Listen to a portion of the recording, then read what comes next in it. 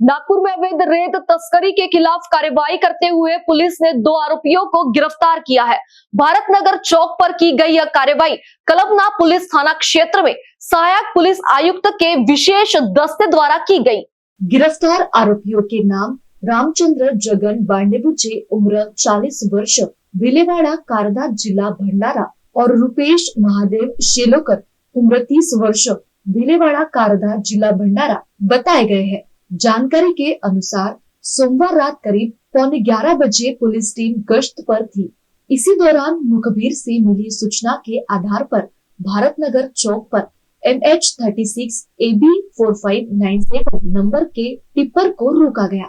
जांच के दौरान वाहन में 12 ब्रास रेत भरी हुई मिली। आरोपियों के पास रेत परिवहन से संबंधित कोई वैध दस्तावेज नहीं पाए गए।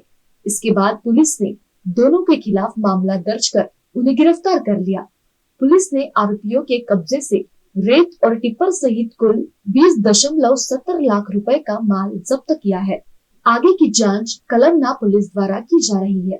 पेट्रोलिंग करीत असताना ट्रक क्रमांक MH36 AB 4597 हा रेती वाहतूक करताना मिळून आला। त्याला थांबवले असता त्याच्याकडे कोणत्याही प्रकारची रेतीच्या वाहतुकीबाबत परवाना नव्हता। त्यावरून चालक रामचंद्र जगनजी बांडेबुचे तसेच त्याच्या सोबती रुपेश महादेवजी शेलोकार, दोन्ही राहणार भंडारा, यांना दोघांना ताब्यात घेऊन त्यांच्या ट्रकसह 12 ब्रास रेती जप्त करण्यात आली आणि त्यांच्याकडे कुठल्याही प्रकारची रेती वाहतुकीचा परवाना नसल्याने त्यांच्या विरुद्ध गुन्हा नोंद करून दोन्ही आरोपितांना अटक करण्यात आलेली आहे। एकूण ट्रकसह 20,70,000 रुपयाचा मुद्देमाल या गुन्ह्यात जप्त करण्यात आलेला आहे।